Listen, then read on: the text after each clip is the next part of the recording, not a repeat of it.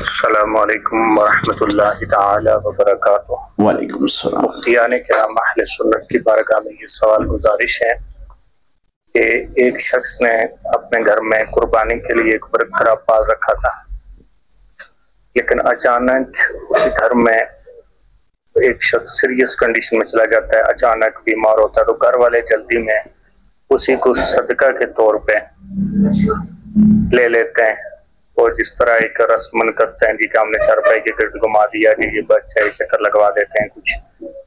تو اب اس جانور کے بارے میں شرعاً رہنمائی فرما دیں کہ اس کا کیا حکم ہوگا۔ پہلے تو قربانی کی نیت تھی اور قربانی ہی کے لیے رکھا ہوا تھا، اور بعد میں اس جانور کو انہوں نے صدقے کے لیے بھی اس طرح پیش کر دیا۔ شرعی رہنمائی فرما دیں۔ جزاک اللہ خیر۔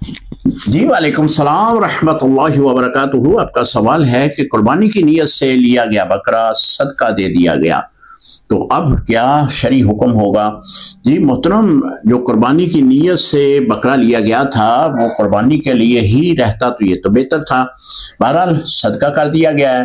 اگر وہ اب صاحب نصاب ہیں تو قربانی کے لیے اور بکرا لیں، اگر وہ صاحب نصاب نہیں ہے تو پھر قربانی جو ہے ان کے اوپر واجب نہیں ہے، لہذا وہ اگر قربانی نہیں دیتے تو گناہگار نہیں ہوں گے۔ السلام علیکم ورحمۃ اللہ وبرکاتہ۔